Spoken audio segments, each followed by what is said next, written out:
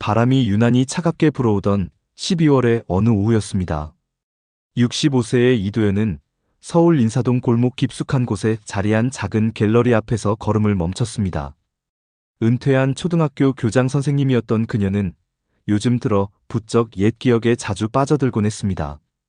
특히 30년 전 그날 8살 아들 준호가 학교 앞 문방구에 들른다며 집을 나선 뒤 영영 돌아오지 않았던 그 겨울날의 기억이 자꾸만 되살아났습니다.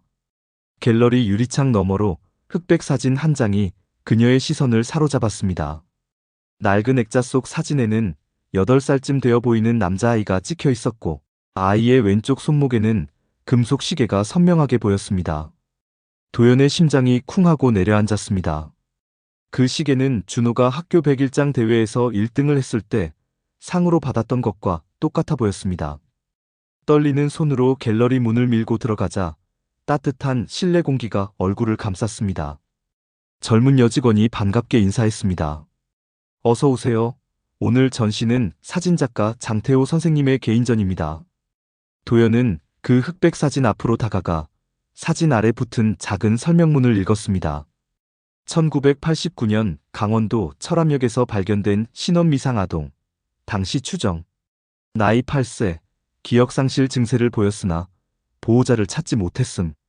도연의 손이 떨렸습니다. 1989년은 준호가 사라진 바로 그 해였습니다. 저기요, 이 사진을 찍은 작가분을 만날 수 있을까요? 직원이 난처한 표정을 지었습니다. 장태호 선생님은 강원도 산골에 사시는데 전화도 잘 안 받으시고 거의 세상과 단절하고 사시거든요. 하지만 주소는 알려드릴 수 있어요. 도연은 메모지에 적힌 주소를 받아들고 그날 밤 잠을 이룰 수 없었습니다.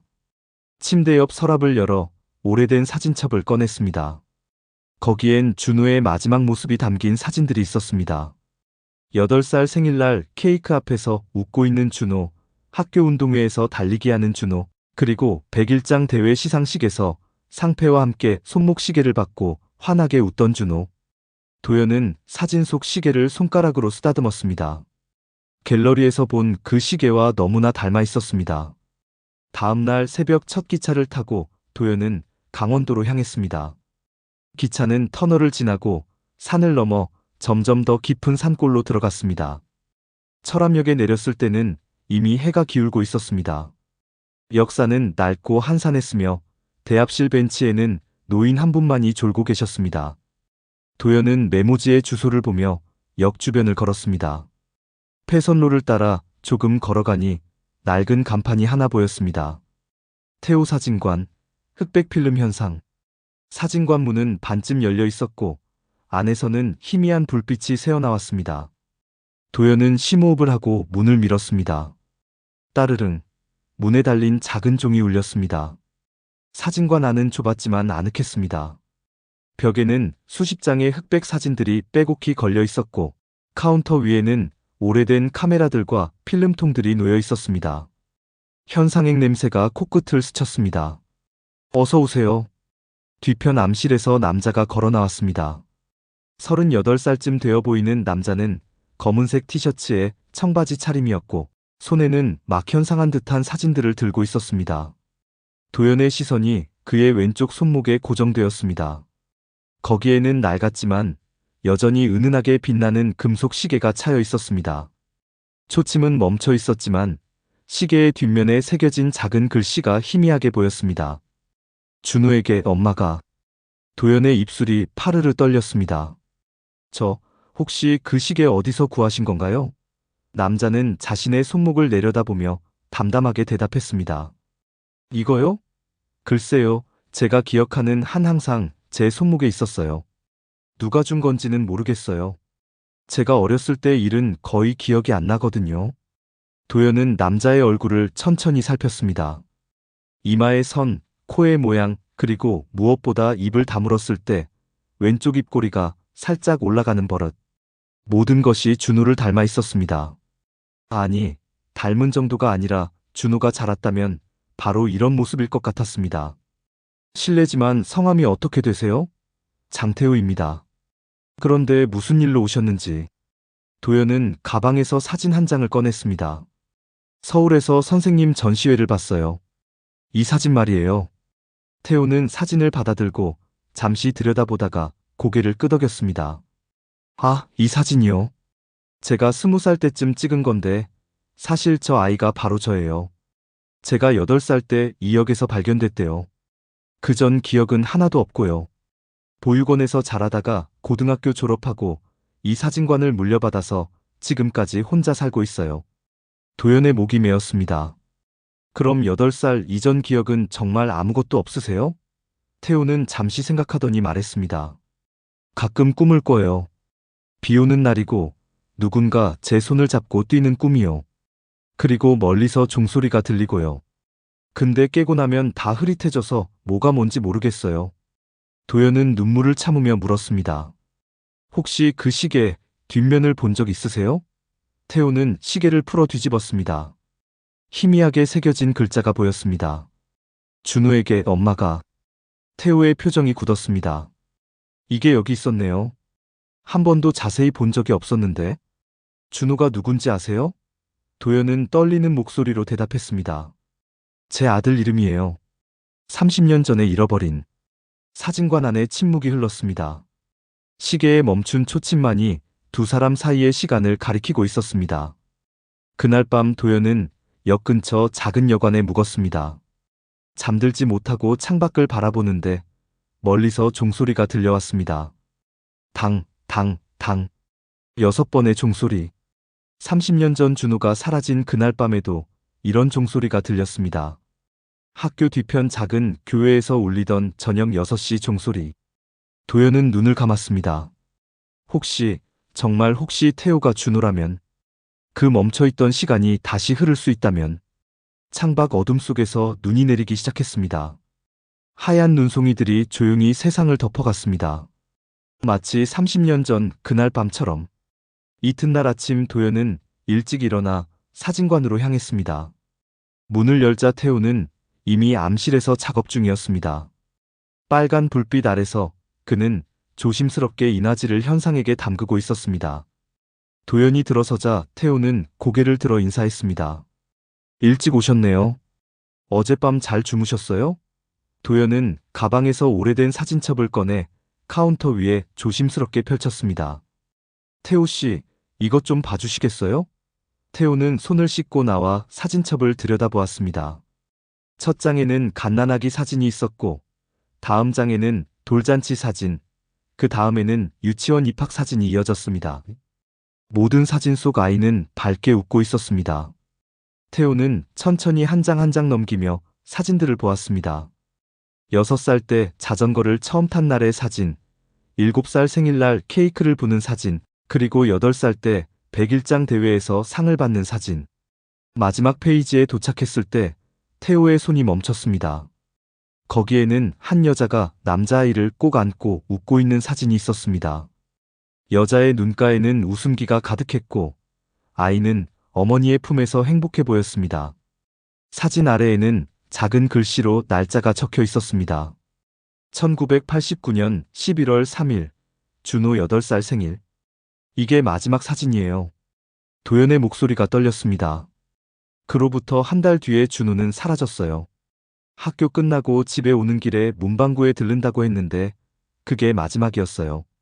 경찰도 수소문했고 실종 신고도 냈고 전국 방방곡곡을 다 찾아다녔지만 아무 소식도 없었어요.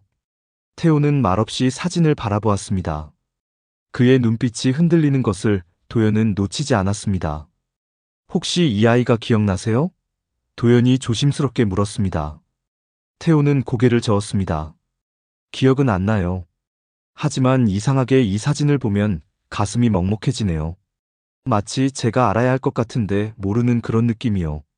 두 사람은 사진관에 앉아 오랜 시간 이야기를 나눴습니다.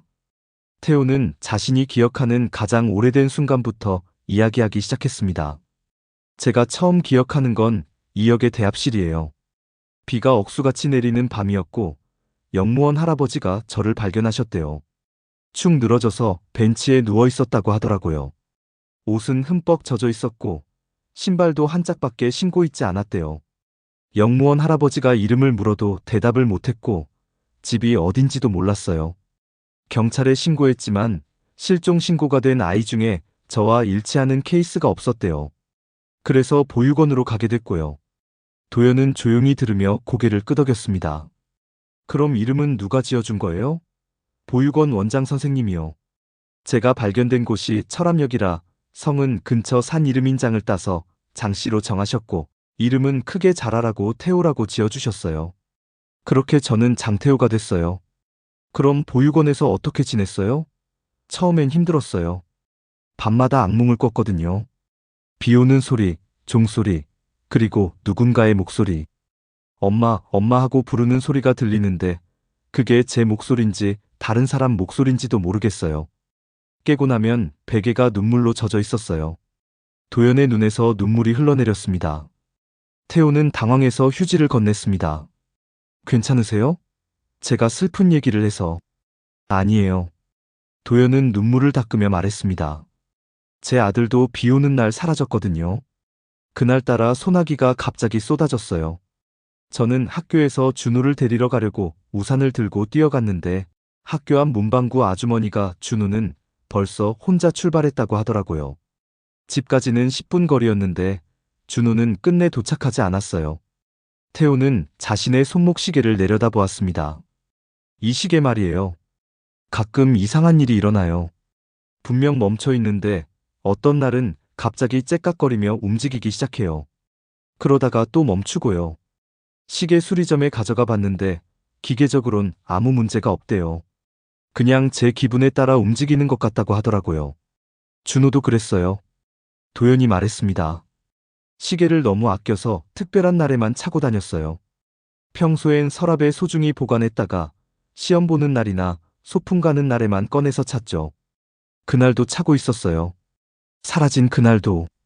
두 사람 사이에 침묵이 흘렀습니다. 사진관 창밖으로는 겨울 햇살이 비스듬히 들어왔습니다. 먼지가 햇빛 속에서 반짝이며 떠다녔습니다. 태호가 입을 열었습니다. 솔직히 말씀드리면 어제 선생님을 처음 봤을 때 이상한 느낌을 받았어요. 낯선 분인데 왠지 편안하고 목소리도 어디선가 들어본 것 같고. 도연의 심장이 빠르게 뛰었습니다. 저도 그래요. 태호 씨를 보는 순간 가슴이 무너지는 것 같았어요. 30년 동안 찾던 퍼즐의 마지막 조각을 찾은 것 같은 느낌이요. 그렇다고 제가 준호라는 확신은 없으시죠? 네, 확신은 없어요. 하지만 믿고 싶어요. 도연은 가방에서 작은 봉투를 꺼냈습니다. 안에는 준호의 태아 때부터 보관해온 탯줄 도장이 들어있었습니다. 요즘은 유전자 검사라는 게 있어요. 이걸로 확인할 수 있어요. 태호 씨가 정말 제 아들인지.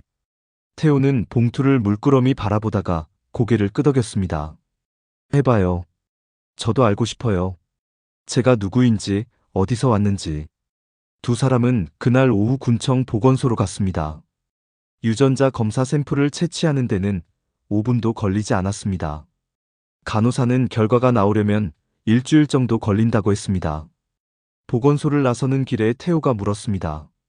일주일 동안 여기 계실 건가요? 네, 그럴 생각이에요. 그럼 제 사진관 2층에 빈 방이 있어요. 여관보다는 나을 거예요. 도연은 고맙다며 고개를 숙였습니다. 그날 저녁 두 사람은 함께 저녁을 먹었습니다. 태호가 직접 끓인 된장찌개와 밥이었습니다. 도연은 한 숟가락 뜨고는 깜짝 놀랐습니다. 이 맛, 제가 준호한테 해주던 된장찌개의 맛이랑 똑같아요. 태호는 웃으며 대답했습니다. 제가 된장찌개를 특히 좋아해요. 왜 좋아하는지는 모르겠는데 먹을 때마다 마음이 편안해져요. 식사를 마치고 설거지를 하는데 갑자기 밖에서 천둥 소리가 들렸습니다. 이어 빗방울이 떨어지기 시작했습니다. 태호의 얼굴이 창백해졌습니다. 그는 손에 들고 있던 그릇을 놓치고 바닥에 주저앉았습니다. 태호 씨, 도연이 달려가 그를 부축했습니다. 태호는 두 손으로 머리를 감싸쥐고 신음했습니다. 머리가 아파요. 뭔가 떠오를 것 같은데. 도연은 그를 소파에 눕히고 이마에 손을 얹었습니다. 천천히 숨 쉬세요. 괜찮아요. 천천히. 태호는 눈을 감고 거친 숨을 몰아쉬었습니다. 빗소리가 점점 거세졌고 창밖으로 번개가 번쩍였습니다. 도연은 그의 손을 꼭 잡고 있었습니다. 그의 손은 차갑고 떨리고 있었습니다. 한참 후 태호가 천천히 눈을 떴습니다. 꿈을 꿨어요. 아니, 꿈이 아니라 기억 같았어요. 무슨 기억이요? 누군가의 손을 잡고 뛰었어요. 비가 와서 길이 미끄러웠고 제 신발이 벗겨졌어요. 그런데 계속 뛰었어요. 뒤에서 누군가 저를 쫓아오는 것 같았거든요. 그러다가 어둠 속에서 불빛이 보였어요. 기차역이었어요. 도연의 손이 떨렸습니다. 그리고요? 그게 다예요. 그 다음은 기억이 안 나요. 그냥 깜깜해지고 다음에 눈을 떴을 때는 역 대합실이었어요. 도연은 태호의 손을 더 꼭 쥐었습니다. 밖에서는 여전히 비가 내리고 있었습니다. 30년 전 그날 밤처럼. 그날 밤 도연은 2층 방에서 잠들지 못했습니다. 창밖 빗소리를 들으며 그녀는 30년 전을 떠올렸습니다. 비 오는 날 사라진 준호, 그리고 지금 이 사진관에서 비 오는 날의 기억에 괴로워하는 태호. 모든 것이 연결되고 있었습니다. 마치 끊어졌던 실이 다시 이어지듯이. 일주일이 흘렀습니다. 도연은 매일 사진관에서 태호와 시간을 보냈습니다. 태호는 도연에게 사진 현상하는 법을 가르쳐 주었고, 도연은 태호에게 요리를 가르쳐 주었습니다. 어느 날 오후 암실에서 작업하던 중 도연이 물었습니다. 태호 씨는 왜 흑백 사진만 찍으세요? 요즘은 다들 디지털 카메라를 쓰는데. 태호는 집게로 이나지를 들어 올리며 대답했습니다. 흑백 사진은 진실을 담아요. 컬러는 너무 많은 걸 보여주죠. 빨강, 노랑, 파랑. 하지만 흑백은 본질만 남겨요. 빛과 그림자, 존재와 부재. 제 기억도 그래요. 컬러가 아니라 흑백이에요. 희미하고 불완전하지만 그래서 더 진실 같아요. 도연은 현상되어 가는 사진을 바라보았습니다. 한 노부부가 손을 잡고 걷는 모습이었습니다. 사진 속에는 색깔이 없었지만 두 사람의 사랑은 선명하게 느껴졌습니다. 예쁜 사진이네요. 지난주에 찍은 거예요. 철암역 앞에서 60년을 함께 사신 부부예요. 할아버지가 제게 부탁하셨어요. 아내의 기억이 점점 사라지고 있는데 사진만큼은 남기고 싶다고. 그래서 찍어드렸어요. 기억은 사라져도 사진은 남으니까요. 그 말에 도연의 가슴이 아려왔습니다. 기억은 사라져도. 태호 씨도 그렇게 느끼나요? 기억이 사라진 게 억울하다거나. 태호는 잠시 생각하다 고개를 저었습니다. 억울하진 않아요. 오히려 궁금해요. 제 기억 속에는 뭐가 있었을까? 왜 제 몸은 기억하는데 제 머리는 기억 못할까? 예를 들면요?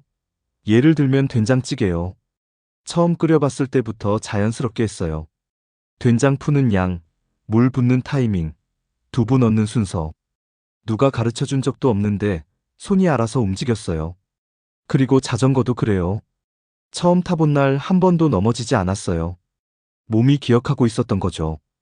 도연의 눈에 눈물이 맺혔습니다. 준호도 7살 때 자전거를 배웠어요. 처음엔 넘어지고 무릎이 깨졌는데 한 달 후엔 저보다 잘 탔어요. 그날 저녁 유전자 검사 결과가 우편으로 도착했습니다. 태호는 봉투를 들고 한참을 서 있었습니다. 손이 떨려서 봉투를 열지 못했습니다. 도연이 조용히 다가와 그의 손을 잡았습니다. 함께 볼까요? 태호는 고개를 끄덕였습니다. 봉투를 뜯고 종이를 꺼냈습니다. 검사 결과는 간단 명료했습니다. 모자 관계 확률 99.99%. 생물학적 친자 관계가 확인됨. 종이가 바닥에 떨어졌습니다. 도연은 그 자리에 주저앉았습니다. 30년 동안 찾던 아들이 눈앞에 있었습니다. 태호는 멍하니 서서 종이를 내려다보았습니다. 그의 표정은 복잡했습니다. 기쁨도 아니고 슬픔도 아닌 알 수 없는 감정이었습니다. 한참 후 태호가 입을 열었습니다. 그럼 제가 정말 준우인 건가요? 도연은 눈물을 흘리며 고개를 끄덕였습니다. 그래요. 당신이 내 아들이에요. 30년 동안 찾던 내 아들. 하지만 도연의 기쁨과 달리 태호는 한 걸음 뒤로 물러섰습니다. 미안해요. 저는 준호가 아니에요. 생물학적으로는 맞을지 몰라도 저는 장태호예요. 준호의 기억은 없어요. 그 아이가 좋아하던 것도 모르고 그 아이가 꾸던 꿈도 몰라요. 저는 그냥 태우일 뿐이에요. 도연의 가슴이 찢어지는 것 같았습니다. 알아요. 당신이 혼란스러운 거 알아요. 하지만 시간을 갖고 천천히. 아니에요. 태우는 고개를 저었습니다. 제가 선생님의 아들이라는 게 너무 두려워요. 30년 동안 혼자 살아온 제 인생이 거짓말이 되는 것 같아요. 저는 고아였고, 버려진 아이였고, 아무도 찾지 않는 사람이었어요. 그게 제 정체성이었는데, 갑자기 엄마가 생기고 이름이 바뀐다는 게. 도연은 일어서서 태호에게 다가갔습니다. 당신을 버린 게 아니에요. 잃어버린 거예요. 매일매일 찾아 헤맸어요. 전국의 보육원과 경찰서를 다 돌아다녔고, 실종 아동 찾기 모임도 만들었고, 30년 동안 단 하루도 당신을 잊은 적이 없어요. 그럼 왜 찾지 못했어요? 태호의 목소리가 높아졌습니다. 저는 여기 있었어요. 이 역에서 발견됐고, 보육원에 있었고, 계속 여기 살았어요. 왜 찾지 못한 거예요? 도연은 말문이 막혔습니다. 그녀도 수없이 자신에게 물었던 질문이었습니다. 왜 찾지 못했을까? 어떻게 그렇게 가까이에 있었는데 놓쳤을까? 한참의 침묵 후 태호가 조용히 말했습니다. 며칠 시간을 주세요. 혼자 생각할 시간이 필요해요. 도연은 고개를 끄덕였습니다. 알겠어요. 기다릴게요. 당신이 필요한 만큼 기다릴게요.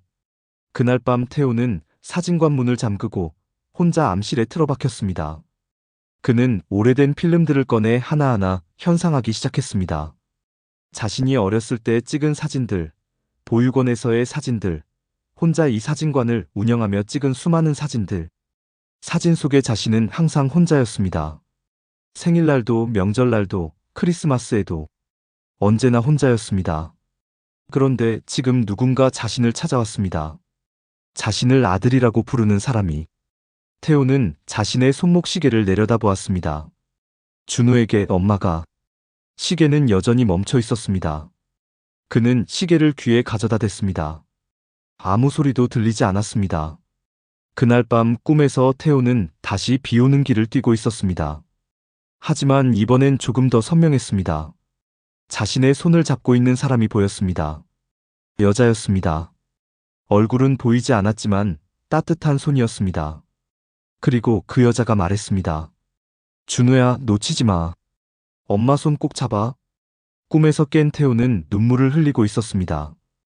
왜 우는지 알 수 없었지만 눈물은 계속 흘렀습니다. 창밖으로 동이 트고 있었습니다. 새벽 6시 교회 종소리가 들려왔습니다. 당, 당, 당, 당, 당, 당. 6번의 종소리. 태호는 일어나 창문을 열었습니다. 차가운 새벽 공기가 얼굴을 감쌌습니다. 그는 손목 시계를 다시 내려다보았습니다. 그 순간 멈춰있던 초침이 움직이기 시작했습니다. 째깍, 째깍, 째깍. 시계가 다시 시간을 세기 시작했습니다. 마치 30년 만에 멈췄던 심장이 다시 뛰기 시작한 것처럼. 새벽 종소리가 멈추고 태호는 사진관 문을 열었습니다. 도연은 계단 아래 소파에서 밤을 지새운 채 앉아 있었습니다. 두 사람의 눈이 마주쳤을 때 말이 필요 없었습니다. 태호의 붉어진 눈과 도연의 초췌한 얼굴, 그 사이의 침묵이 모든 것을 말해주고 있었습니다. 태호가 먼저 입을 열었습니다. 어젯밤 꿈을 꿨어요. 손을 잡고 뛰는 꿈이었는데 이번엔 목소리가 들렸어요. 준호야, 놓치지 마. 엄마 손 꼭 잡아. 도연의 손이 떨렸습니다. 그 목소리, 어떤 목소리였어요? 따뜻했어요. 태호는 자신의 가슴에 손을 얹었습니다. 여기가 뜨거웠어요. 슬프지도 않았는데 눈물이 났어요. 그리고 시계가 움직이기 시작했어요. 30년 동안 멈춰있던 시계가. 도연은 천천히 일어나 태호에게 다가갔습니다. 보여줄 게 있어요. 저를 믿고 따라와 주실 수 있나요? 태호는 잠시 망설이다 고개를 끄덕였습니다. 두 사람은 사진관을 나와 역 뒤편 언덕길을 올라갔습니다. 눈 쌓인 좁은 길을 한참 걷자 낡은 교회 하나가 나타났습니다. 페인트가 벗겨진 십자가, 깨진 유리창, 오래전 문을 닫은 듯 보이는 건물이었습니다. 여기가 어디예요? 철암교회예요. 30년 전까지만 해도 이 동네 유일한 교회였대요. 지금은 폐교회가 됐지만요. 도연은 녹슨 철문을 밀고 안으로 들어갔습니다. 태호도 그 뒤를 따랐습니다. 교회 안은 텅 비어 있었습니다. 나무 벤치들은 먼지로 뒤덮여 있었고 제단 위 십자가는 한쪽으로 기울어져 있었습니다. 하지만 종탑은 여전히 그 자리에 있었습니다. 도연이 종탑을 가리켰습니다. 저 종이 새벽 6시와 저녁 6시에 울려요. 30년 전에도 지금도 자동으로 울리게 설정돼 있거든요. 준호가 사라진 그날도 저녁 6시에 이 종소리가 울렸어요. 태호는 종탑을 올려다보았습니다. 그 순간 머릿속에 무언가 스쳐 지나갔습니다. 종소리, 비 오는 밤, 그리고 이 교회. 저 여기 와본 적 있는 것 같아요. 기억은 안 나는데 몸이 기억하는 것 같아요. 도연은 교회 뒤편으로 걸어갔습니다. 거기엔 작은 샘물이 흐르고 있었습니다. 겨울인데도 물은 멈추지 않고 흘렀습니다. 태호 씨, 혹시 물소리 들리면 어떤 기분이 드세요? 태호는 샘물 옆에 무릎을 꿇고 귀를 기울였습니다. 졸졸졸 흐르는 물소리가 들렸습니다. 그 순간 그의 얼굴이 창백해졌습니다. 이 소리, 꿈에서 들었어요. 종소리 다음에 항상 이 물소리가 들렸어요. 30년 전 그날 밤 준호는 학교에서 집으로 오다가 소나기를 만났어요.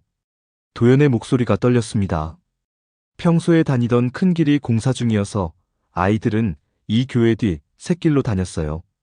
준호도 이 길을 지나갔을 거예요. 종소리가 울릴 때쯤 이 샘물 옆을 지나면서 태호는 물을 손으로 떠서 바라보았습니다. 물은 맑고 차가웠습니다. 그가 물을 입에 머금는 순간 눈을 감았습니다. 갑자기 그의 입에서 중얼거림이 새어나왔습니다. 엄마, 목말라. 엄마, 무서워. 엄마, 여기 어디야? 도연은 태호의 어깨를 붙잡았습니다. 준호야, 괜찮아? 엄마 여기 있어. 태호는 눈을 떴습니다. 그의 눈에는 눈물이 가득했습니다. 제가 왜 이러는지 모르겠어요. 이 물을 마시니까 갑자기 목이 메고 가슴이 답답해요. 누군가를 찾는 것 같은데 누군지 모르겠어요. 도연도 눈물을 흘렸습니다. 나야? 네가 찾는 사람은 나야? 30년 동안 너를 찾던 엄마. 두 사람은 샘물 옆에 한참을 앉아 있었습니다. 종탑에서 바람이 불어와 낡은 종을 흔들었습니다. 작은 종소리가 울렸습니다. 그것은 30년 전 그날 밤의 메아리였고 잃어버린 시간을 부르는 기도였습니다. 교회를 나와 내려오는 길에 태호가 물었습니다. 그날 저를 찾으러 이 길까지 오셨나요? 왔었어요. 도연이 대답했습니다. 경찰들과 동네 사람들, 학교 선생님들까지 모두 나와서 밤새 찾았어요. 이 교회도 뒤졌고 샘물가도 살폈어요. 하지만 아무것도 없었어요. 준호는 흔적도 없이 사라졌어요. 그럼 저는 그날 어떻게 역까지 간 걸까요? 지금도 모르겠어요. 여기서 역까지는 산 하나를 넘어야 해요. 8살 아이가 혼자 그 길을 갈 수 있었을까요? 더군다나 비 오는 밤에. 혹시 누가 데려간 건 아닐까요? 도연의 얼굴이 굳었습니다. 경찰도 그 가능성을 생각했어요. 유괴일 수도 있다고. 하지만 몸감 요구도 없었고 목격자도 없었고 아무런 단서도 없었어요. 그저 준호는 사라졌고 석 달 뒤 당신이 역에서 발견된 거예요. 태호는 자신의 손목 시계를 만지작거렸습니다. 그럼 그 석 달 동안 제게 무슨 일이 있었던 걸까요? 왜 기억을 잃었을까요? 그게 가장 큰 미스터리예요. 의사들은 심리적 충격 때문일 거라고 했어요. 너무 무서운 일을 겪어서 뇌가 스스로 기억을 지워버렸다고. 두 사람은 사진관으로 돌아왔습니다. 문을 열고 들어서는데 카운터 위에 소포 하나가 놓여 있었습니다. 태호는 소포를 집어들었습니다. 보내는 사람 이름에는 서울국립과학수사연구원이라고 적혀 있었습니다. 이게 뭐지? 도연도 소포를 들여다보았습니다. 제가 부탁한 건데 준호가 사라진 날 입고 있던 옷의 흔적을 찾아달라고 했어요. 혹시 모를 단서가 남아있을까 싶어서. 태호가 소포를 뜯었습니다. 안에는 보고서 한 장과 투명한 비닐봉지가 들어있었습니다. 비닐봉지 안에는 작은 천 조각이 있었습니다. 보고서를 펼쳐 읽던 태호의 손이 멈췄습니다. 이게 무슨 말이에요? 옷에서 강물 성분이 검출됐다고요? 그것도 북한강 상류에. 도연이 보고서를 받아 읽었습니다. 그녀의 얼굴도 창백해졌습니다. 북한강 상류라면 여기서 50km는 떨어진 곳이에요. 어떻게 8살 아이가 거기까지 갔을까요? 태호는 의자에 주저앉았습니다. 그럼 저는 그날 밤 물에 빠진 건가요? 그래서 기억을 잃은 건가요? 도연은 대답할 수 없었습니다. 모든 것이 더 미궁 속으로 빠져들고 있었습니다. 준호는 왜 북한강까지 갔을까요? 누가 데려갔을까요? 물에 빠진 준호를 누가 구해서 역까지 데려다 준 걸까요? 질문은 많았지만 답은 하나도 없었습니다. 그날 밤 태호는 또다시 악몽을 꿨습니다. 이번에는 더 선명했습니다. 차가운 물속에 가라앉고 있었습니다. 숨을 쉴 수 없었습니다. 물이 코와 입으로 들어왔습니다. 어둠이 점점 깊어졌습니다. 그때 누군가의 손이 자신을 잡아당겼습니다. 물 밖으로 끌어올려졌습니다. 기침을 하며 물을 토해냈습니다. 흐릿한 시야에 누군가의 얼굴이 보였습니다. 남자였습니다. 나이는 알 수 없었습니다. 그 남자가 말했습니다. 괜찮니? 이름이 뭐니? 집이 어디니? 하지만 대답할 수 없었습니다. 목소리가 나오지 않았습니다. 머리가 너무 아팠습니다. 그리고 모든 것이 까맣게 변했습니다. 태호는 비명을 지르며 잠에서 깼습니다.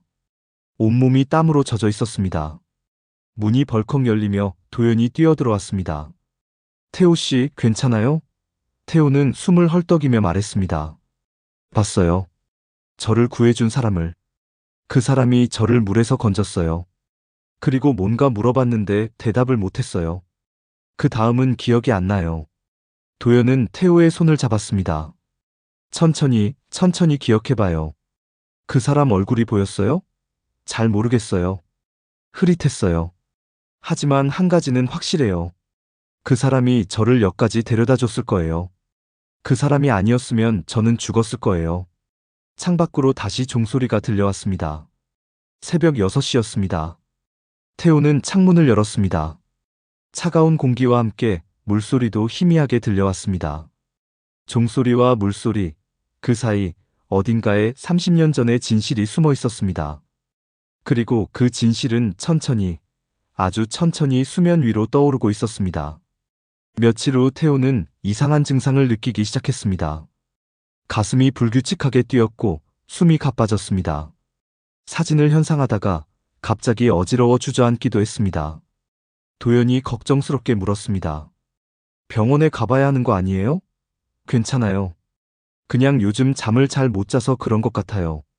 태호는 웃으며 대수롭지 않게 넘겼습니다. 하지만 도연의 걱정은 현실이 되었습니다. 그날 오후 암실에서 작업하던 태호가 갑자기 쓰러졌습니다. 쿵 하는 소리에 도연이 달려갔습니다. 태호는 바닥에 누운 채 가슴을 움켜쥐고 있었습니다. 얼굴은 창백했고 식은땀이 흘렀습니다. 태호 씨, 태호 씨. 도연은 황급히 119에 전화를 걸었습니다.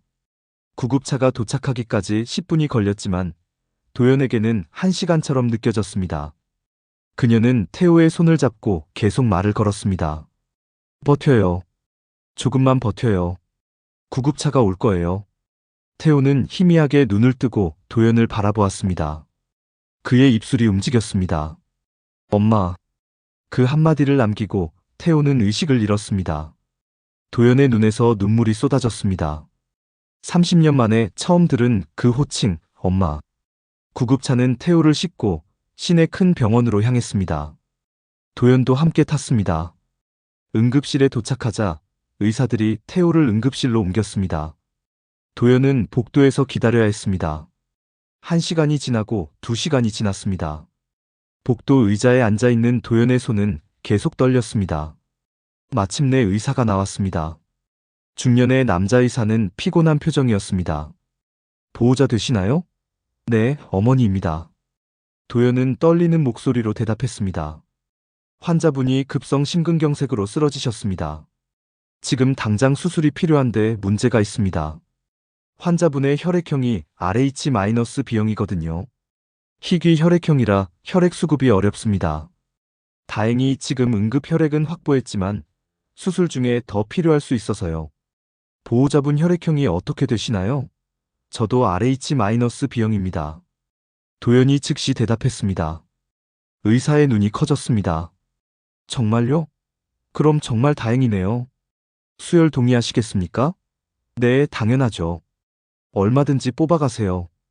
도연은 수술 동의서와 수혈 동의서에 빠르게 서명했습니다. 간호사가 도연을 헌혈실로 안내했습니다. 의자에 앉아 바늘을 꽂는 동안 도연은 생각했습니다. RH-B형은 한국인 중 0.1%도 안 되는 희귀 혈액형입니다. 준호도 자신과 같은 혈액형이었습니다. 그리고 태호도. 이것은 우연이 아니었습니다. 이것은 운명이었고, 증거였고, 무엇보다 연결이었습니다. 30년 동안 끊어졌던 혈육의 연결이 지금 이 순간 다시 이어지고 있었습니다. 피를 뽑는 동안 도연은 눈을 감았습니다. 준호가 태어난 날이 떠올랐습니다. 작고 빨갛던 아기, 자신의 품에 안겼을 때의 무게, 처음 눈을 맞춤을 때의 감격. 그 아이가 지금 수술실에서 생사의 기로에 서 있었습니다. 제발, 제발 살아줘. 도연은 속으로 기도했습니다. 1시간 후 도연은 헌혈을 마치고 수술실 밖으로 돌아왔습니다. 수술 중이라는 빨간 불이 켜져 있었습니다. 도연은 의자에 앉아 기다렸습니다. 밤이 깊어갔습니다. 복도는 점점 조용해졌습니다. 간호사들의 발소리, 의료기기의 삐소리, 멀리서 들리는 구급차 사이렌. 모든 소리가 도연의 귀에는 기도처럼 들렸습니다. 새벽 2시쯤 수술실 불이 꺼졌습니다. 문이 열리고 의사가 나왔습니다. 수술은 성공적이었습니다. 스텐트 시술로 막힌 혈관을 넓혔고 다행히 심장 손상은 크지 않았습니다. 하지만 일주일 정도는 중환자실에서 관찰해야 합니다. 도연은 주저앉으며 고개를 숙였습니다. 감사합니다. 정말 감사합니다. 환자분을 구한 건 어머니예요. 의사가 말했습니다. 골든타임 내에 발견하신 것도 그렇고 희귀 혈액형을 바로 수혈할 수 있었던 것도요. 정말 모자지간이 맞으시나 봐요. 혈액형도 같고 DNA도 99.99% 일치한다니. 도연은 눈물을 닦았습니다. 네, 제 아들이에요. 30년 만에 찾은 제 아들이에요. 태호는 중환자실로 옮겨졌습니다. 도연은 유리창 너머로 그를 바라보았습니다. 산소 마스크를 쓴 태호는 평온하게 누워 있었습니다. 가슴에 연결된 심전도 모니터가 규칙적으로 삐삐 소리를 냈습니다. 그 소리는 생명의 소리였고 희망의 소리였습니다. 다음 날 아침 태호가 눈을 떴습니다. 흐릿한 시야에 하얀 천장이 보였고 소독약 냄새가 났습니다. 고개를 돌리자 유리창 너머에 도연이 서 있었습니다. 그녀는 밤새 그 자리를 지킨 듯 눈이 충혈되어 있었습니다. 간호사가 도연에게 알렸습니다. 환자분이 깨어나셨어요. 잠깐 들어가 보실래요? 도연은 중환자실로 들어갔습니다. 태호는 산소 마스크 너머로 그녀를 바라보았습니다. 도연은 그의 손을 잡았습니다. 태호의 손은 따뜻했습니다. 살아있는 온기였습니다. 제가 쓰러졌나 봐요? 태호가 힘없이 말했습니다. 심근경색이었어요. 큰 수술이었지만 잘 끝났어요. 도연이 대답했습니다. 그리고 제 피가 당신한테 들어갔어요. 우리 혈액형이 똑같거든요. 태호는 천장을 바라보았습니다. 그의 눈에 눈물이 고였습니다. 수술 전에 꿈을 꿨어요. 아니, 꿈이 아니라 기억 같았어요. 제가 아주 어렸을 때 열이 많이 났었나 봐요. 누군가 제 이마에 찬 수건을 얹어주고 손을 잡아줬어요. 그리고 노래를 불러줬어요. 반짝반짝 작은 별 아름답게 비치네. 도연의 입술이 떨렸습니다. 그 노래는 준호가 어렸을 때 가장 좋아하던 자장가였습니다. 준호가 아플 때마다 도연이 불러주던 노래였습니다. 기억나요? 도연이 떨리는 목소리로 물었습니다. 정확하게는 아니에요. 하지만 느껴져요. 태호도 눈물을 흘렸습니다. 이 따뜻함, 이 안정감, 제가 찾던 게 이거였어요. 30년 동안 제 안에 빈 공간이 있었는데 그 공간이 뭔지 몰랐어요. 이제 알겠어요. 엄마라는 빈 공간이었어요. 두 사람은 말없이 손을 잡고 있었습니다. 중환자실 창밖으로 아침 해가 떠올랐습니다. 새로운 하루가 시작되었습니다. 그리고 새로운 관계도 시작되고 있었습니다. 며칠 후 태호는 일반 병실로 옮겨졌습니다. 회복이 빨랐습니다. 의사는 젊고 건강했던 덕분이라고 했지만 도연은 알고 있었습니다. 그것은 살아야 할 이유가 생겼기 때문이라는 것을. 병실에서 도연과 태호는 많은 이야기를 나눴습니다. 준호였던 시절의 이야기, 태호로 살아온 30년의 이야기. 두 개의 인생이 천천히 하나로 엮이고 있었습니다. 어느 날 저녁 태호가 물었습니다. 저를 준호라고 불러도 될까요? 도연은 놀라서 그를 바라보았습니다. 준호라는 이름으로 살고 싶다는 뜻인가요? 아니요. 태호는 고개를 저었습니다. 저는 여전히 장태호예요. 그 이름으로 30년을 살았고 그 이름이 제 정체성이니까요. 하지만 당신이 준호라고 부를 때 제 가슴이 뛰어요. 마치 잠들어 있던 뭔가가 깨어나는 것 같아요. 그래서 가끔, 아주 가끔 그렇게 불러주시면 좋겠어요. 도연은 미소 지으며 고개를 끄덕였습니다. 그날 밤 두 사람은 병실 창가에 나란히 서서 밤하늘을 바라보았습니다. 별이 총총했습니다. 도연이 작은 목소리로 노래를 불렀습니다.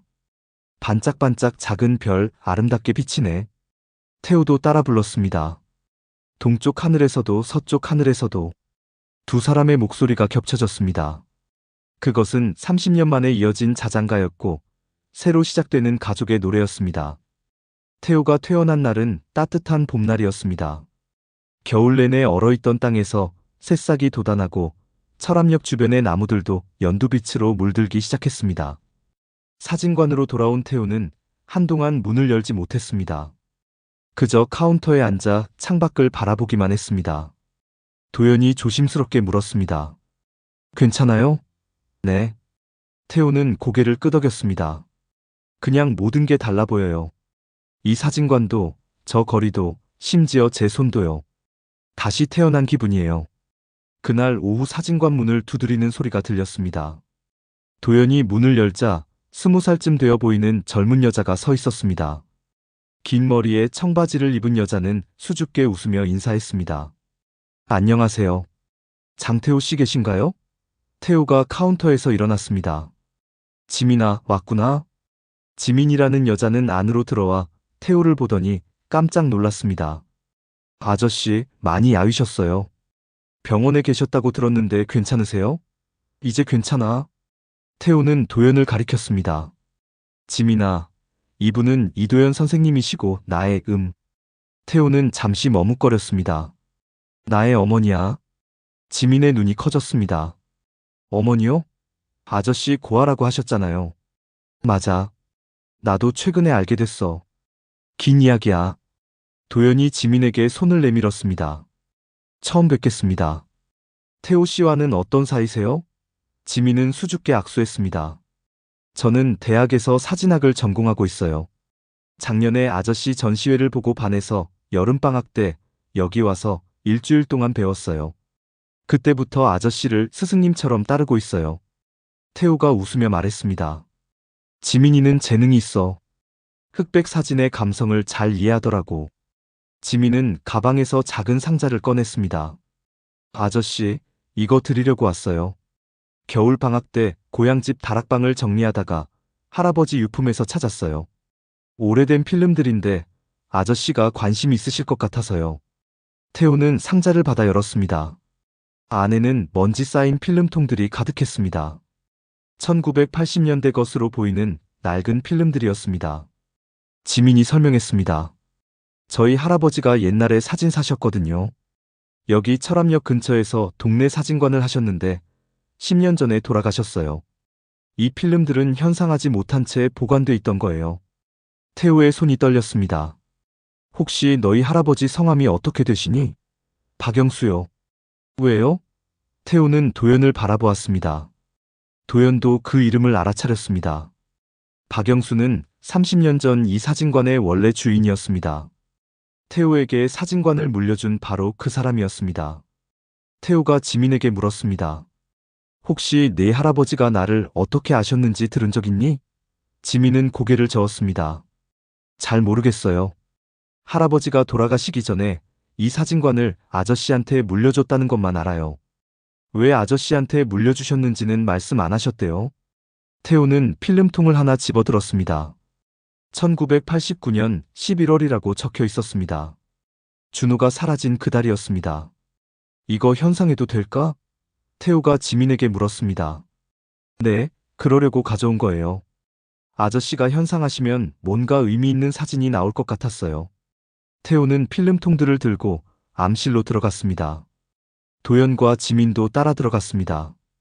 빨간 불빛 아래서 태호는 조심스럽게 필름을 꺼내 현상에게 담갔습니다. 천천히 이미지가 나타나기 시작했습니다. 첫 번째 사진은 역 앞 풍경이었습니다. 오래된 버스와 사람들이 보였습니다. 두 번째 사진은 동네 아이들이 놀고 있는 모습이었습니다. 세 번째, 네 번째 사진도 평범한 일상이었습니다. 그런데 다섯 번째 사진에서 태호의 손이 멈췄습니다. 사진 속에는 한 남자가 어린아이를 안고 걷는 모습이 찍혀 있었습니다. 비 오는 날이었고 남자는 우산을 쓰고 있었습니다. 아이는 젖은 옷을 입고 축 늘어져 있었습니다. 그리고 아이의 손목에는 시계가 보였습니다. 도연이 비명을 질렀습니다. 저 시계, 준호 시계예요. 태호도 자신의 손목 시계를 내려다보았습니다. 똑같았습니다. 사진 속 아이가 차고 있는 시계와 자신의 시계가 완벽하게 일치했습니다. 태호는 돋보기로 사진을 자세히 들여다보았습니다. 아이의 얼굴은 흐릿했지만 윤곽은 알아볼 수 있었습니다. 그리고 사진 모서리에 작은 글씨가 보였습니다. 종이 쪽지 같은 것이 살짝 찍혀 있었는데 글자 몇 개가 읽혔습니다. 엄마 기다려줘요. 도연은 사진을 보며 눈물을 흘렸습니다. 준호가 쓴 글씨예요. 맞아요. 준호 필체예요. 태호는 다음 필름을 현상했습니다. 거기에는 같은 남자가 역 대합실 벤치에 아이를 눕히는 모습이 찍혀 있었습니다. 그리고 마지막 필름에는 남자가 혼자 역을 떠나는 뒷모습이 찍혀 있었습니다. 지민이 떨리는 목소리로 말했습니다. 할아버지가 이 사진들을 찍으셨나 봐요. 그런데 왜 현상하지 않고 보관하셨을까요?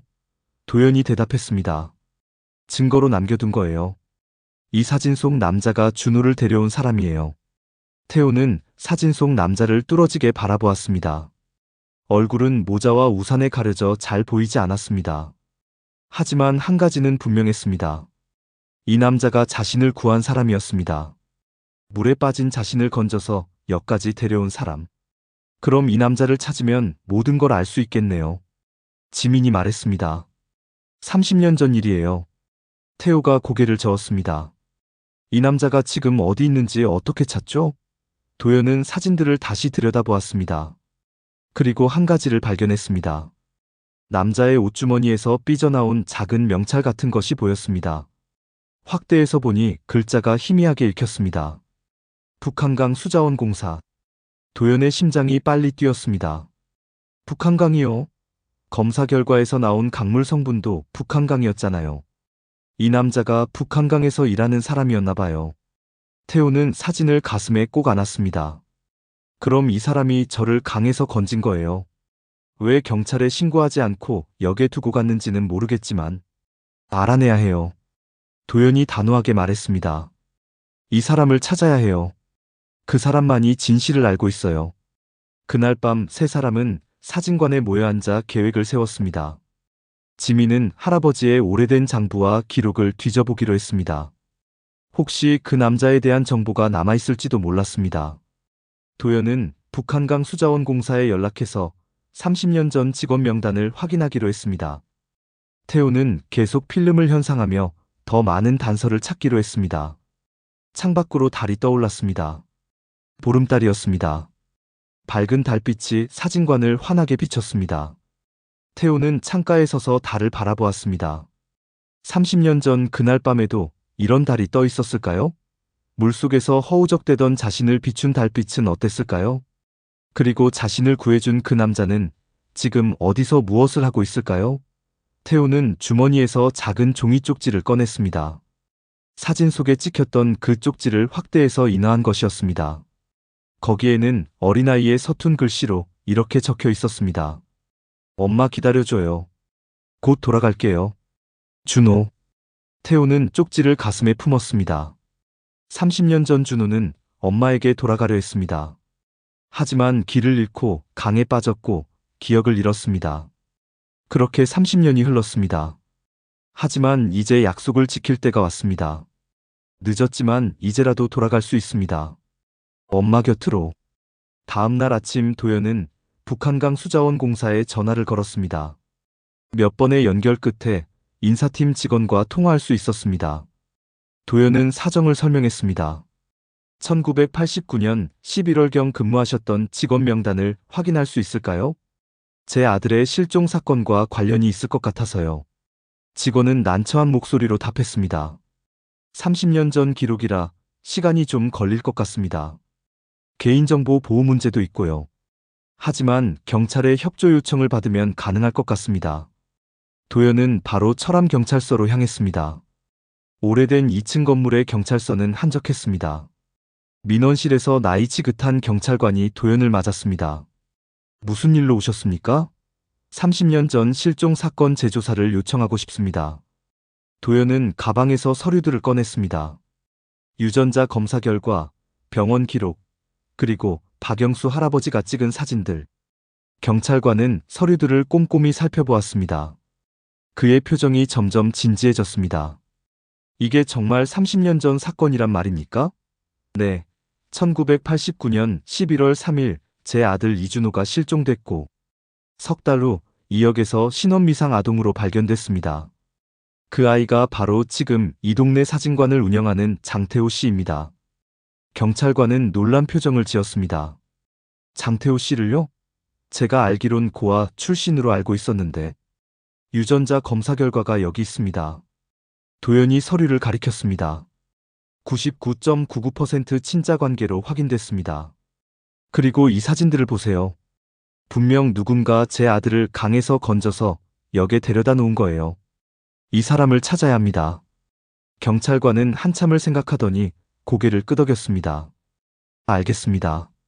정식으로 재조사를 시작하겠습니다. 수자원공사에도 협조 공문을 보내드리겠습니다. 며칠만 기다려 주십시오. 도연은 경찰서를 나와 사진관으로 돌아왔습니다. 태호는 카운터에서 오래된 장부들을 뒤지고 있었습니다. 박영수 할아버지가 남긴 기록들이었습니다. 뭔가 찾으셨어요? 도연이 물었습니다. 태호는 한 페이지를 펼쳐 보였습니다. 1989년 11월 15일자 기록이었습니다. 거기에는 간단한 메모가 적혀 있었습니다. 역에서 발견된 아이, 신원불명, 경찰 인계. 그리고 그 아래 작은 글씨로 이렇게 적혀 있었습니다. 하늘이 보낸 아이, 내가 지켜야 할 아이.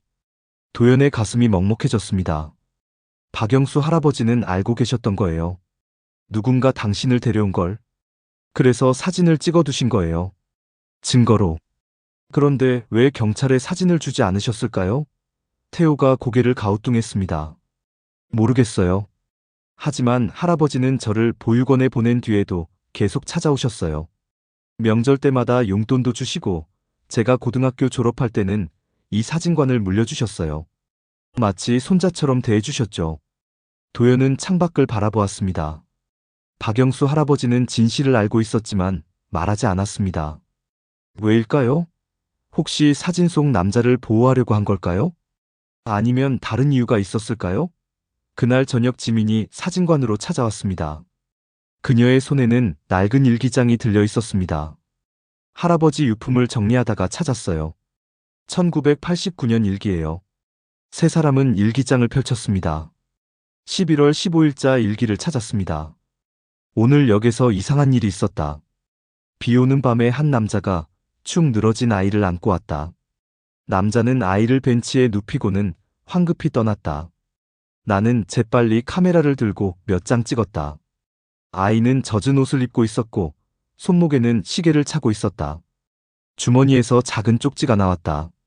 엄마 기다려줘요. 곧 돌아갈게요, 준호. 나는 경찰에 신고했다. 하지만 사진은 보여주지 않았다. 왜냐하면 그 남자를 알아봤기 때문이다. 그는 내 오랜 친구 강민수였다. 도연이 숨을 멈췄습니다. 강민수요? 태호도 놀란 표정을 지었습니다. 그 이름 어디선가 들어본 것 같은데? 지민이 다음 페이지를 넘겼습니다. 민수는 수자원공사에서 일한다. 착하고 성실한 친구다. 그런 친구가 왜 아이를 유괴했을까? 아니면 구해준 걸까? 나는 혼란스럽다. 경찰에 사진을 주면 민수는 범죄자가 될 것이다. 하지만 주지 않으면 아이의 가족은 영원히 찾지 못할 것이다. 나는 결정을 내렸다. 일단 사진은 보관하고 민수를 찾아가 진실을 듣기로 했다. 다음 날 일기로 넘어갔습니다. 민수를 만났다. 그는 울면서 이야기했다. 강에서 낚시하다가 물에 빠진 아이를 발견했다고. 급히 건져서 인공호흡을 했고 아이는 살아났다. 하지만 아이는 계속 엄마를 찾으며 울었고 집이 어딘지 몰랐다. 민수는 병원에 데려가려 했지만 아이가 두려움에 떨며 거부했다.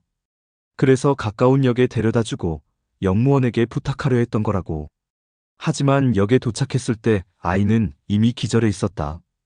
민수는 겁이 났다고 했다. 자신이 아이를 다치게 한 것처럼 보일까봐, 유괴범으로 몰릴까봐. 그래서 아이를 벤치에 눕히고 떠났다고. 나는 민수를 이해했다. 그는 범죄자가 아니라 생명의 은인이었다. 하지만 세상은 그렇게 보지 않을 것이다. 나는 사진을 숨기기로 했다. 대신 이 아이를 내가 지키기로 했다. 하늘이 내게 준 아이라고 생각하기로 했다. 일기는 거기서 끝났습니다. 세 사람은 한동안 말이 없었습니다.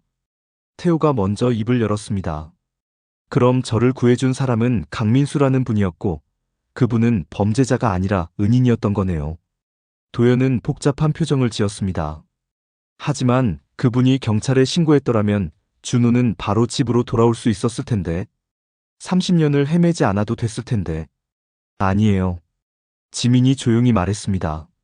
만약 그분이 경찰에 신고했다면 유괴범으로 몰렸을 거예요. 아무리 해명해도 의심받았을 거고요. 할아버지는 그걸 아셨던 거예요. 그래서 친구를 보호하고 대신 아저씨를 지켜주신 거예요. 태호는 일기장을 가슴에 안았습니다. 박영수 할아버지, 그리고 강민수 아저씨. 두 분 모두 저를 지켜준 거네요. 도연은 눈물을 닦았습니다. 강민수 씨를 만나야겠어요. 그분께 감사 인사를 드리고 싶어요. 며칠 후 경찰서에서 연락이 왔습니다. 수자원공사 기록을 확인한 결과 강민수라는 직원이 1985년부터 1995년까지 근무했다는 것을 확인했습니다. 퇴직 후 춘천으로 이사했고 현재는 작은 낚시터를 운영하고 있다고 했습니다. 도연과 태호는 바로 춘천으로 향했습니다. 북한강이 내려다 보이는 작은 낚시터였습니다. 입구에는 민수 낚시터라는 간판이 걸려 있었습니다. 낚시터 안으로 들어가자 60대 중반쯤 되어 보이는 남자가 낚싯대를 정리하고 있었습니다. 회색 머리에 그을린 얼굴, 하지만 온화한 눈빛을 가진 남자였습니다. 저기요. 도연이 조심스럽게 말을 걸었습니다. 혹시 강민수 씨이신가요? 남자는 고개를 들었습니다. 네, 그런데 누구시죠? 도연은 태호를 앞으로 밀었습니다. 강민수는 태호를 보더니 얼굴이 하얗게 질렸습니다. 혹시 당신이? 태호는 손목시계를 보여주었습니다. 30년 전 이 시계를 차고 강에 빠진 아이, 아저씨가 구해주신 그 아이입니다. 강민수의 눈에 눈물이 고였습니다. 그는 자리에 주저앉으며 얼굴을 손으로 가렸습니다. 살아있었구나. 무사히 컸구나. 30년 동안 내가 너를 어떻게 했나 싶어서 밤마다 악몽을 꿨단다. 도연이 강민수 앞에 무릎을 꿇었습니다. 감사합니다. 제 아들을 살려주셔서 정말 감사합니다. 강민수는 고개를 저었습니다. 미안합니다. 경찰에 신고했어야 했는데. 그랬으면 아이가 바로 집에 갈 수 있었을 텐데. 겁이 났습니다. 유괴범으로 몰릴까봐. 제 인생이 끝날까봐. 괜찮습니다. 태호가 강민수의 손을 잡았습니다. 아저씨가 저를 구해주지 않았으면 저는 죽었을 거예요. 30년이 걸렸지만 결국 엄마를 만났어요.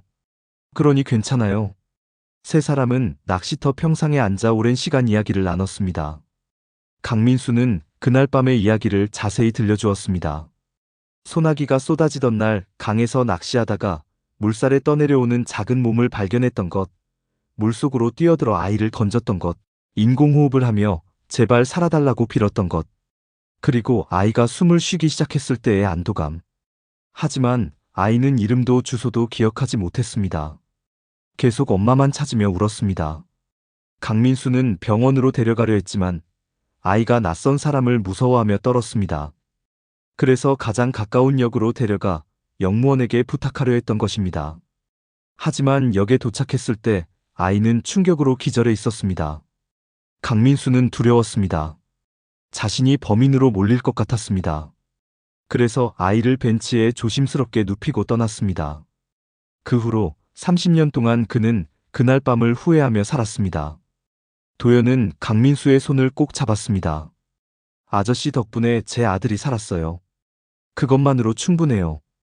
이제 더 이상 괴로워하지 마세요. 해가 지고 있었습니다. 북한강 물 위로 노을이 붉게 물들었습니다. 30년 전 준호가 빠졌던 바로 그 강이었습니다. 하지만 이제 그 강은 죽음의 장소가 아니라 새로운 생명의 시작점이었습니다. 태호는 강가로 걸어가 물을 바라보았습니다. 도연이 옆에 섰습니다. 무슨 생각해요?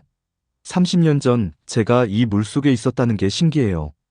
죽을 뻔했는데 살았고 모든 걸 잃었는데 결국 다시 찾았어요. 기적이에요. 도연이 태호의 어깨에 손을 얹었습니다. 유전자는 우리가 모자라는 걸 증명하지만 진짜 중요한 건 마음이에요. 내가 당신을 아들로 받아들이는 마음, 당신이 나를 엄마로 받아들이는 마음. 그게 진짜 가족이에요. 태호는 고개를 끄덕였습니다. 그리고 처음으로 도연을 똑바로 보며 말했습니다. 엄마. 그 한마디에 도연의 눈에서 눈물이 쏟아졌습니다. 두 사람은 강가에서 한참을 서 있었습니다. 물은 여전히 흘렀고 노을은 점점 짙어졌습니다. 30년의 시간이 마침내 제자리를 찾아가고 있었습니다. 봄이 깊어졌습니다. 철암역 주변의 벚나무들이 활짝 피어 하얀 꽃잎이 바람에 날렸습니다. 사진관 창가에도 꽃잎들이 날아와 쌓였습니다. 태호는 매일 아침 사진관 문을 열고 꽃잎을 쓸어내며 하루를 시작했습니다. 도연은 이제 사진관 2층에서 태호와 함께 살고 있었습니다. 30년 만에 되찾은 일상이었습니다. 아침에는 함께 식사하고 낮에는 태호가 사진 작업을 하는 동안 도연은 동네를 산책했습니다. 저녁이면 둘은 함께 저녁을 만들어 먹으며 하루를 이야기했습니다. 어느 날 아침 태호가 도연에게 물었습니다. 엄마, 제가 준호였을 때 뭘 좋아했어요? 도연은 된장찌개를 끓이며 미소 지었습니다. 그림 그리는 걸 좋아했어요. 특히 풍경화를요. 학교에서 미술대회 나가면 항상 상 받아왔죠. 그리고 사진 찍는 것도 좋아했어요. 제가 준 일회용 카메라로 동네 곳곳을 찍고 다녔죠. 태호는 놀란 표정을 지었습니다. 그럼 제가 사진작가가 된 건 우연이 아니었나 봐요. 도연이 고개를 끄덕였습니다. 몸이 기억하고 있었던 거예요. 준호의 꿈을 태호가 이뤄낸 거죠. 그날 오후 태호는 오랜만에 카메라를 들고 밖으로 나갔습니다. 도연도 함께였습니다. 두 사람은 철암역 주변을 천천히 걸었습니다. 태호는 카메라로 역사를 찍고 폐선로를 찍고 교회를 찍었습니다. 30년 전 준호가 지나갔을 길들이었습니다. 도연은 태호가 사진 찍는 모습을 지켜보았습니다. 카메라를 든 그의 모습에서 어린 준호의 모습이 겹쳐 보였습니다. 호기심 가득한 눈빛, 세상을 담으려는 열정. 모든 것이 그대로였습니다. 엄마, 여기서 한 장 찍을게요. 태호가 카메라를 들이댔습니다. 도연은 벚꽃나무 아래 섰습니다. 꽃잎이 바람에 날렸습니다. 찰칵. 셔터 소리가 울렸습니다. 이제 엄마 차례예요. 도연이 말했습니다. 저는 사진 잘 못 찍는데요. 괜찮아요. 그냥 찍어요. 도연이 카메라를 받아들었습니다. 파인더 안에 태호가 보였습니다. 벚꽃나무 아래 서서 환하게 웃고 있는 태호. 아니, 준호. 도연의 눈에 눈물이 맺혔지만 그녀는 웃으며 셔터를 눌렀습니다. 찰칵. 그날 저녁 사진관으로 돌아와 태호는 필름을 현상했습니다. 암실 빨간 불빛 아래서 천천히 이미지가 나타났습니다. 벚꽃나무 아래의 도연, 햇살이 그녀의 얼굴을 비추고 있었습니다. 그녀는 카메라를 보며 미소 짓고 있었습니다. 30년 만에 평화로운 미소였습니다. 다음 사진은 태호였습니다. 벚꽃 사이로 그가 서 있었습니다. 그의 표정은 밝았고 눈빛은 살아 있었습니다. 더 이상 외롭지 않은 사람의 표정이었습니다. 태호는 두 사진을 나란히 놓고 바라보았습니다. 어머니와 아들. 30년의 공백을 넘어 다시 만난 두 사람. 사진 속에서 그들은 함께 웃고 있었습니다. 며칠 후 지민이 사진관을 찾아왔습니다. 그녀는 흥분한 목소리로 말했습니다. 아저씨, 대박 소식이에요. 서울 갤러리에서 연락 왔어요. 아저씨 사진전을 열고 싶대요. 태호는 놀라서 지민을 바라보았습니다. 사진전이요? 네. 지민이 서류를 꺼내 보였습니다. 3개월 후에 열리는데 주제를 정해달래요. 아저씨가 찍고 싶은 주제로요. 태호는 도연을 바라보았습니다. 도연은 미소 지으며 고개를 끄덕였습니다. 좋은 기회네요. 해보세요. 태호는 잠시 생각하더니 말했습니다. 제목은 기찻길 끝의 약속이에요. 30년 전 잃어버린 것들을 찾아가는 이야기를 사진으로 담고 싶어요. 지민의 눈이 반짝였습니다. 완벽해요. 그 이야기 너무 감동적이에요. 그날부터 태호는 사진전 준비에 몰두했습니다. 철암역의 사계절을 찍었고, 교회 종탑을 찍었고, 샘물을 찍었습니다. 북한강도 찍었고, 강민수 아저씨의 낚시터도 찍었습니다. 그리고 무엇보다 도연을 많이 찍었습니다. 요리하는 모습, 산책하는 모습, 창가에 앉아 책 읽는 모습. 일상의 모든 순간을 카메라에 담았습니다. 도연도 태호를 찍었습니다. 서툴지만 정성스럽게. 사진을 현상하는 태호, 카메라를 닦는 태호, 창밖을 바라보는 태호. 엄마의 눈으로 본 아들의 모습들이었습니다. 어느 날 밤 두 사람은 사진관 바닥에 수백 장의 사진을 펼쳐놓고 앉았습니다. 흑백 사진들이 바닥을 가득 채웠습니다. 모든 사진이 이야기를 담고 있었습니다. 잃어버림의 슬픔, 찾아가는 여정, 그리고 재회의 기쁨. 태호가 한 장의 사진을 들어 올렸습니다. 30년 전 박영수 할아버지가 찍은 그 사진이었습니다. 비 오는 날 강민수 아저씨가 어린 준우를 안고 걷는 모습. 이 사진으로 시작할게요. 태호가 말했습니다. 그리고 이 사진으로 끝낼게요.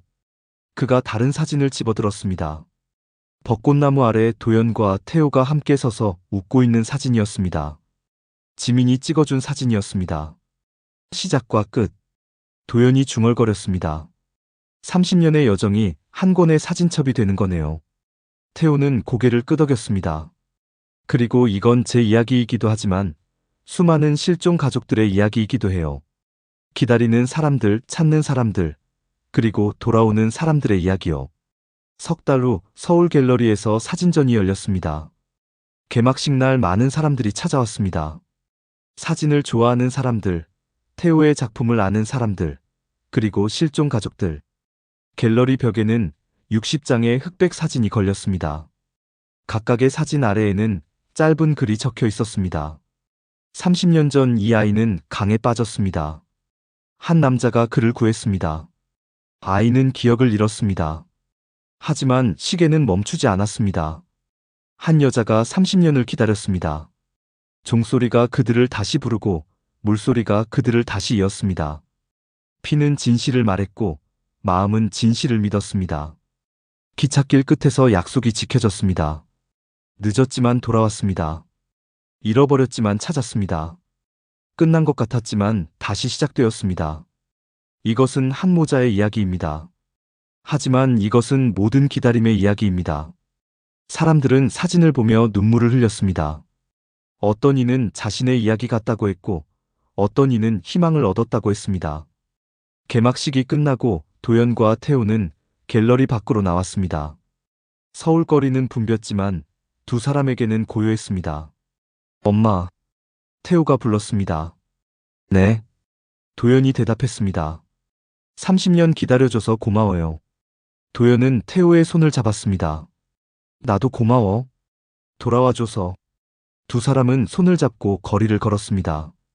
서울 한복판이었지만 그들에게는 철암역 기찻길 같았습니다. 30년 전 끊어진 그 길이 이제 다시 이어진 것 같았습니다. 기찻길 끝의 약속, 마침내 지켜진 약속이었습니다. 사진전이 끝나고 도연과 태호는 철암으로 돌아왔습니다. 여름이 시작되고 있었습니다. 초록빛이 산을 뒤덮었고 철암역 주변에는 들꽃이 피었습니다.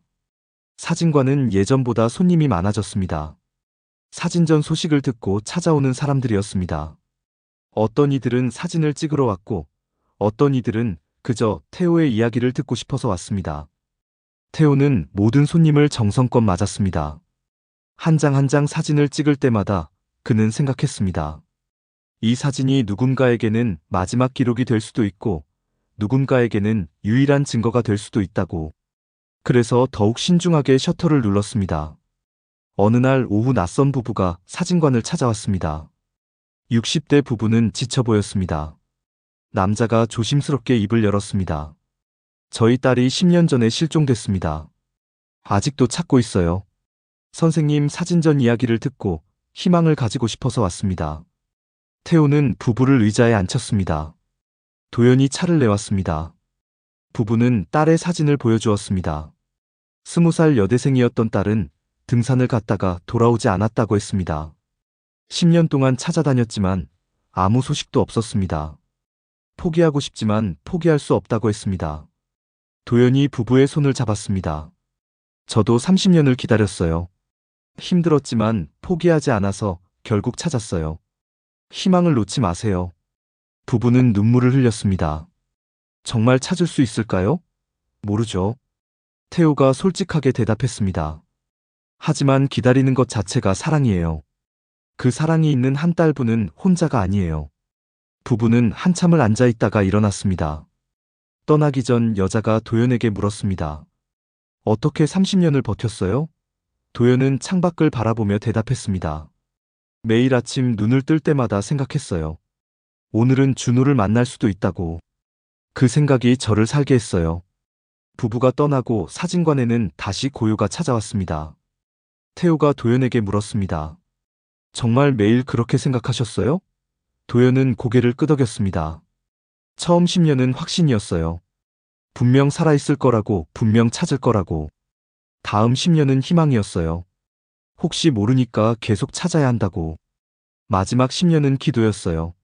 제발 어디선가 행복하게 살고 있기를 바란다고. 그리고 당신을 만났죠. 태호는 도연을 꼭 안았습니다. 두 사람은 한참을 그렇게 서 있었습니다. 30년의 기다림, 30년의 고통, 30년의 사랑이 그 포옹 안에 담겨 있었습니다. 여름이 지나고 가을이 왔습니다. 단풍이 산을 물들이고 철암역에도 낙엽이 쌓였습니다. 어느 날 지민이 사진관에 놀러 왔습니다. 그녀는 대학을 졸업하고 신문사 사진기자가 되었습니다. 아저씨, 엄마 좋은 소식이 있어요. 지민이 신문을 펼쳐 보였습니다. 거기에는 작은 기사가 실려 있었습니다. 실종아동 찾기센터 후원금 역대 최고치 기록. 장태호 작가 사진전 수익금 전액 기부. 태호는 놀라서 신문을 읽었습니다. 사진전에서 판매된 사진과 도록, 수익금 전액이 실종아동을 찾는 단체에 기부되었다는 내용이었습니다. 저는 기부한 적 없는데요. 태호가 당황해서 말했습니다. 제가 했어요. 도연이 조용히 말했습니다. 사진전 수익은 제가 관리했잖아요. 당신 이름으로 기부했어요. 우리가 받은 기적을 다른 가족들도 받을 수 있게요. 태호의 눈에 눈물이 맺혔습니다. 감사해요, 엄마. 그해 겨울 사진관에 특별한 손님이 찾아왔습니다. 강민수 아저씨였습니다. 그는 큰 보자기를 들고 왔습니다. 이게 뭐예요?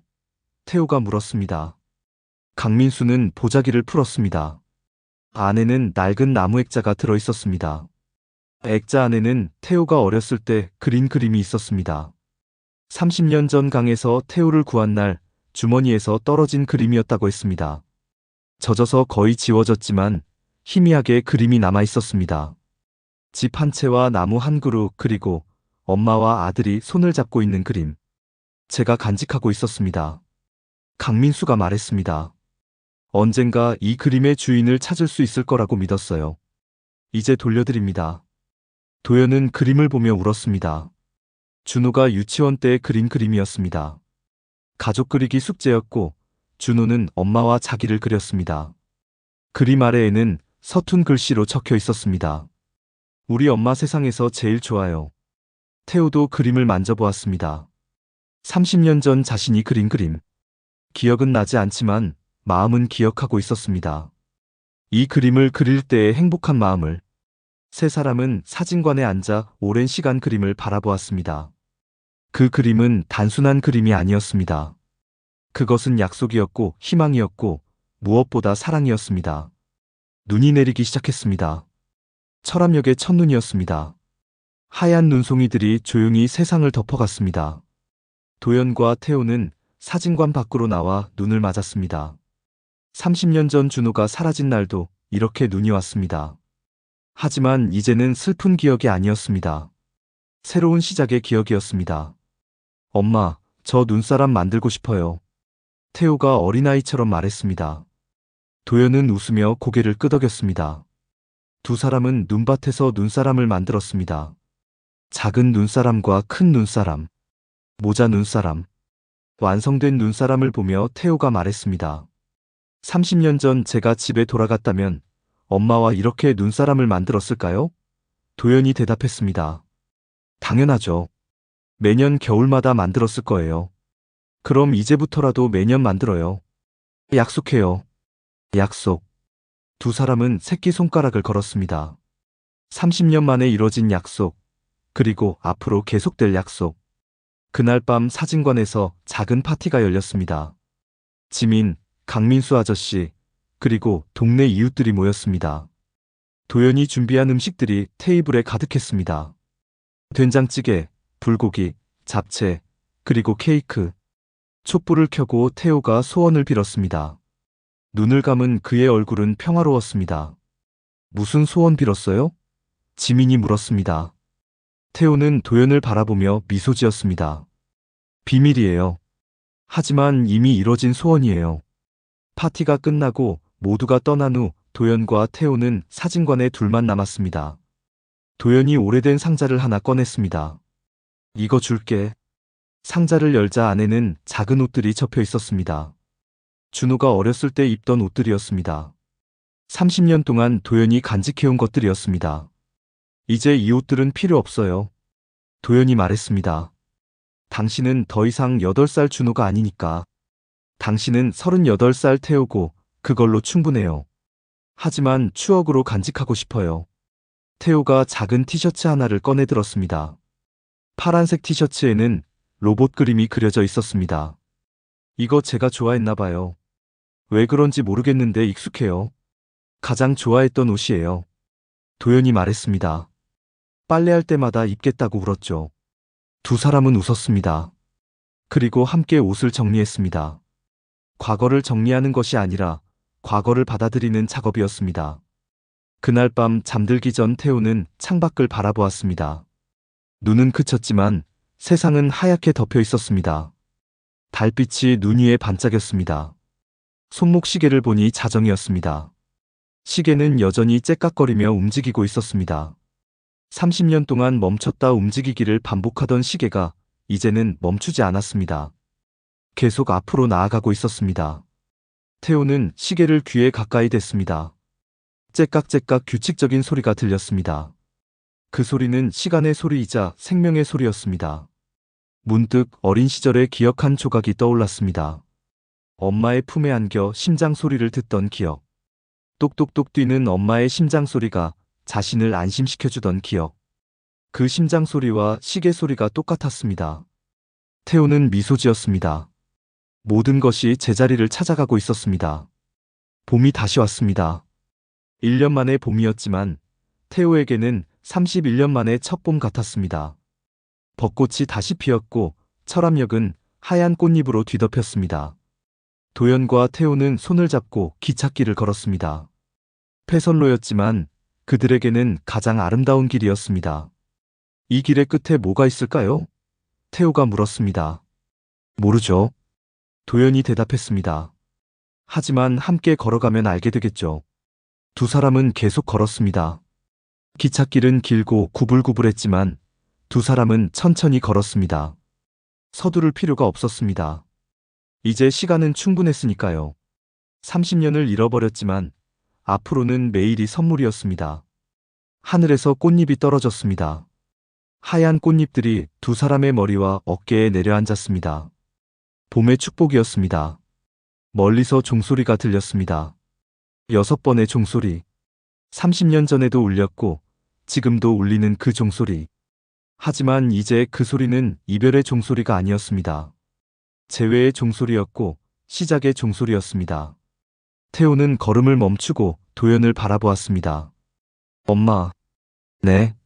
사랑해요. 도연의 눈에 눈물이 고였습니다. 나도 사랑해. 30년 전에도 지금도 그리고 앞으로도. 두 사람은 꽃잎 내리는 기찻길 위에서 포옹했습니다. 30년의 시간이 그 포옹 안에서 녹아내렸습니다. 슬픔도 고통도 그리움도 모두 녹아서 사랑만 남았습니다. 기찻길 끝의 약속. 그 약속은 지켜졌습니다. 늦었지만 도착했습니다. 길을 잃었지만 다시 찾았습니다. 멈춰 있었지만 다시 흐르기 시작했습니다. 봄이 왔고 시간이 다시 흐르고 있었습니다. 그리고 그들의 이야기는 끝이 아니라 시작이었습니다. 함께 걸어갈 새로운 길의 시작. 해가 저물고 있었습니다. 노을이 기찻길을 붉게 물들였습니다. 도연과 태호는 손을 잡고 사진관으로 돌아갔습니다. 집으로 돌아가는 길. 이제 그들에게는 함께 돌아갈 집이 있었습니다. 30년 만에 완성된 집. 사랑으로 지어진 집.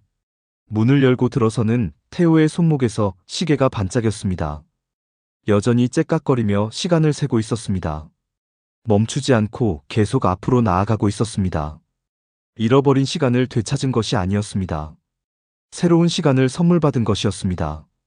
그리고 그 시간 속에서 두 사람은 매일 새로운 추억을 만들어가고 있었습니다. 기찻길 끝의 약속. 마침내 완성된 이야기. 그리고 이제 막 시작되는 내일의 이야기. 이 이야기가 가슴에 남는다면 가족과 친구 지인들에게 널리 공유해주세요. 누군가의 인생이 당신의 이야기일지도 모릅니다. 구독, 좋아요와 함께 어디서 보고 계신지도 댓글로 남겨주세요.